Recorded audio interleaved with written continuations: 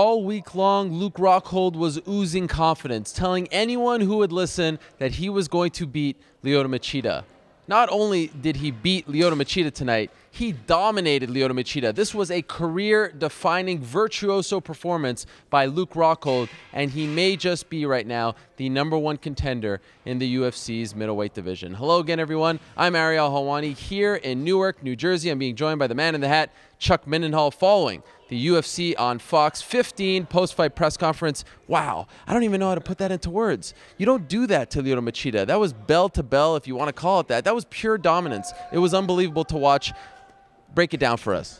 How close was I to nailing it 100%? Second round, I said 321 mark. It happened in 231. Wow, I didn't even notice that. So I was close. But no, to be completely honest, I was just shooting in the dark on that, and I did call a TKO, not a sub. I would have never seen him throwing Machida around that way. We've seen John Jones, fight this guy. We've seen Chris Weidman fight this guy. I don't think anybody sort of manhandled him like that. It was like not even taking that, just kind of pushing him down and just ragdolling him a little bit. I didn't anticipate seeing that, and he said they'd be operating on different frequencies once they're on the ground, and it really played out that. It makes you wonder just how prescient he really is when he comes down to breaking down fights. There was a quick moment, and I brought this up during the press conference, where he took a punch from Machida early, and you could see him sort of like recalibrate and shake his head like, okay, wait a minute, let's not do that. Let's do that. Like recalibrating. It's just amazing to me. And from that point on, he pretty much dominated. So good for Luke Rockhold. I agree with you 100%. A coming out performance, and he should be the #1 contender. Yeah, Machida lost rather quickly at UFC 113 to Shogun Rua, but that was almost like a flash knockout. I mean, you didn't see it coming. This was like a tidal wave, and even between the first and second round, I mean, you were thinking, is Machida done? All of a sudden, Lyoto Machida, who looked so good against CB Dallway, looked really old. That was the amazing thing. And every time you see something like this, you're not sure which one it is. Is it Rockhold looking supremely good, or is it Machida looking a little bit older, a little bit nicked up? Maybe it's a little bit of both. But honestly, I think really it's more toward the Rockhold, just having his number, knew what to do. He had a great game plan. He knew he could dominate him on the ground. Him getting it to the ground was creative and really strong. The way he did it, and how he came alive on the ground and just sort of dominated the fight. Pretty amazing stuff. It's true. You almost don't believe your eyes as you're watching that, and as he's tapping, you're thinking, "Wow, did he really make it look that easy?" I recall watching Luke Rockhold on a Strikeforce undercard many years ago, like when they were on HDNet, before the purchase, before they were on Showtime, and he was just a local AKA guy on the undercard, and he's turned into this. What do you think? I mean, did you really think he would turn into this? He has really become one of the very best fighters in the world, period, regardless of the division. No, and I mean, you could go all the way to when he fought Jacare in the Strikeforce for the belt. I mean, people didn't think he deserved to be there. Didn't think he deserved to be there. There were some people who was like, I didn't even beat him that night. It was just more of a. Jacare even mentioned that at the presser. He's like, it was a judge's thing. It just didn't seem like he was. It maybe seemed like he caught him a little bit off guard that night or whatever. I still wasn't sold on him, and it just sort of has slowly dawned on people like, wow, this guy's really good. I also think he's gotten a lot better.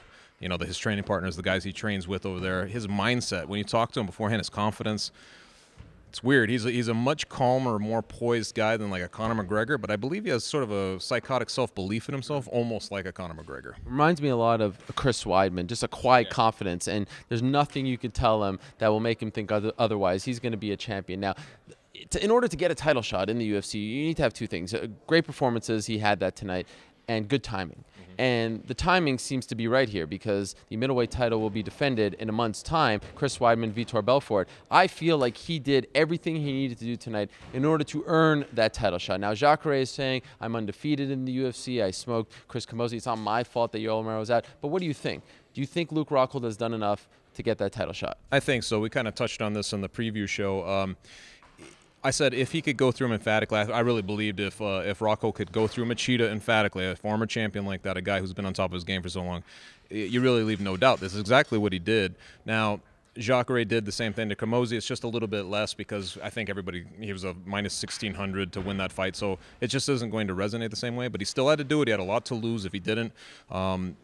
But I think the clear-cut guy for this is Rockhold, and the timing is right because that other fight is coming. The title fight is coming up next month.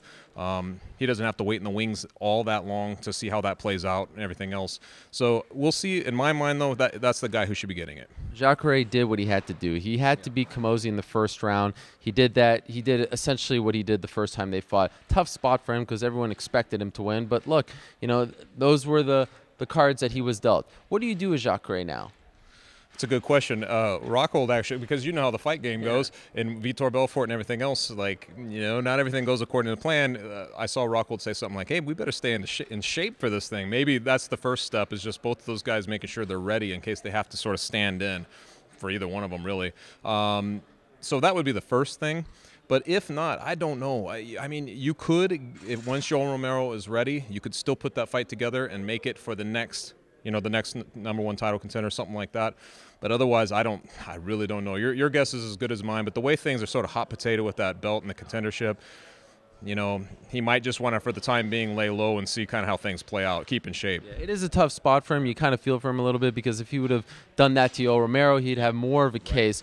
But if you do what Luke Rockhold did to Lyoto Machida, to me, it's a no-brainer. I mean, if he doesn't get a title shot, and I was surprised, and let me know if you disagree, that Dana White didn't come out and definitively say it. Were you? I was a little surprised, but then I thought, Jacare was such a good sport for this. He might just be like, hey, let's respect him on tonight because he went in there and he did us a solid by staying on the card. He could have easily said, no thanks, I don't want to do that. He didn't. Maybe it was a little bit of a respect. And we'll see how it plays out, obviously, in the next week or so. We'll double back around in a couple weeks. I'll have some answer, though. Sounds like someone I know. But I was a little surprised because, like we just talked about, you can't put on a much more emphatic and definitive performance than Rockhold did. So who knows? In my mind, it should have been just like that. It should have been that obvious. Our colleague Mark Ramundi on Twitter noted tonight that tonight really felt like a changing of the guard type of night. You had Aljamain Sterling over Mizugaki, Dariush over Miller, Paige Van Zandt over Felice Herrig. You had Luke Rockhold over Machida, and maybe none bigger as far as changing of the guards. Newcomer against old school. You had a great performance by Max Holloway over Cub Swanson. What a tremendous win, 6 in a row. Didn't I call that? You're on fire, my friend. We should do this more often. How impressed are you with Max Holloway, and how close is he from that title talk at this point? Well, I sort of mentioned, too, like the rematch that none of us ever really contemplated all of a sudden becomes a thing that you're like, whoa, what happens now at 23 and looking like he does, and how much he's added in this short amount of time if he fights Conor McGregor again. All of a sudden these things play back. That tells you how great of a performance it was for him to just be now mentioned in that space of title contention at all. But you're right. These matchups tonight were exactly those groundbreaking performances that you needed to see from the guys who are sort of that cusp, the cuspers who are coming up and they're trying to take the place and be in that top 10 space. We saw a lot of that tonight. And occasionally you get these cards and it just sort of flushes the system and gets it all new again. But to do that against Cub Swanson, man, it's pretty impressive. That guy was on a 6-fight winning streak before the Frankie Edgar thing, and he had everything to sort of every bit of motivation coming into this fight to really put on a performance and show that was a fluky thing or whatever, and he could not get things rolling. He didn't have many answers for what Max Holloway was doing. So in my mind, that was the performance of the night. Maybe other than Rockhold, I would say that was the performance of the night. Yeah, one wonders what that Edgar loss did to Cub Swanson. Did it break him? And also, one wonders if that decision to not do this camp in Albuquerque for Cub Swanson was a mistake. You never know with these things. I think he just kind of ran into a very young and hungry fighter who was a man on a mission. Now, Paige Van Zandt has received a lot of attention over the last few months. She got the Reebok deal. She was put on this main card and whatnot. She stepped up. Now, it was a sloppy fight, but she dominated that fight. She got a couple of 30-26. Yeah. Were you impressed with her performance? I was impressed with her relentlessness. Yeah. It's just the way she just kept coming, and I sort of knew that just from the Kaylin fight that she was going to be interface and pressuring. I thought that might be an interesting thing that happened against Felice Herrig, but she was able to execute, really take away her strengths, put her on the ground. All the scrambles were sort of nuts. They were just flopping over each other, and she was winning up on top quite a bit. And like you said, it was sloppy, but that crowd was into it. And you look at the social media and everybody was sort of into that fight. Sometimes you see something like that, and it's just fun because you're like, maybe she's a raw right now. She's 21 years old, but you see it in her, you're like, wow, she just got the fighting spirit in her, which was a lot of fun to see. Also fun, that strawweight division. It seems like they were kind of they're the bantamweights from a couple of years ago, where every time they fight, something fun happens. Next week there's a fun fight between Ashling Daly and Ronda Marcos, but tonight it was the crowd was definitely into it. They were on their feet. Everyone was loving that fight. Yeah, and there was a couple of the tough 20 contestants behind me. Oh, really? On press row, there were a couple of them, and you could just hear them cheering it on and stuff. It's fun when it gets like this because it's a little bit like the Wild West. You just don't know how one person matches up against the other. They're too new to everything, and a lot of people just don't know. And so we mentioned this even coming in about the Carla Esparza just losing her belt and Joanna Calderwood. There's so much variation. You're just not able to really connect what's going to happen.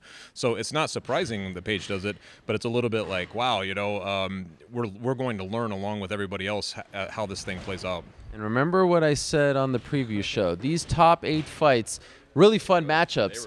And the top 8 fights delivered. Aljamain Sterling, like I said, over Takeo Mizugaki. How about John Vellante over Corey Anderson? What a finish there. Beneil Dariush, of course, with a big win over Jim Miller. And OSP, Vince St. Preux, finishing Patrick Cummins in the first round. Great performance. Any other ones that you want to touch on that really stood out for you? No, I mean... Nothing. I guess nothing stood out for you, huh? Well, they all stay. I'm agreeing with you that all those fights were all very good. I enjoyed the whole card. I was a little, I guess, talking about OSP, I didn't think he would win that fight. I have to be honest. I thought he was going to, it was going to be a wrestling. I thought he'd get out wrestled, and it would be a typical Patrick Cummins fight where he's on the ground and maybe just dominating on the ground, not letting him up, and that didn't happen. So I would say that stood out to me as well. Well, a great night here in Newark, New Jersey, topped off by Luke Rockhold defeating Lyoto Machida in the second round. What a tremendous performance. Still buzzing. And now we pivot. We look ahead to Montreal. La Belle Province hosts UFC 186, my hometown. And yes, the card has kind of fallen apart. And yes, a lot of people are down on it, but we will get you excited for it. MMAfighting.com will be in Montreal all week long. Our usual fight night coverage is coming your way, of course, next Saturday. This man will be there, right? Be there, yeah. Alexis Davis, Sarah Kaufman, man. Yeah, the trilogy. Everyone's been asking for that fight. We're going to do it. Michael Bisping, CB Dalloway. Do not sleep on it. We'll get you excited between now and then, all right? We'll rev this thing up. Let's do it. All right. For now, we say goodnight from here in Newark, New Jersey. And don't forget, the MMA Hour is back on Monday. We have a great lineup of guests coming your way, so we'll see you then Monday afternoon. For Chuck, I'm Ariel. Thank you so much for watching. We'll see you Monday for the MMA Hour.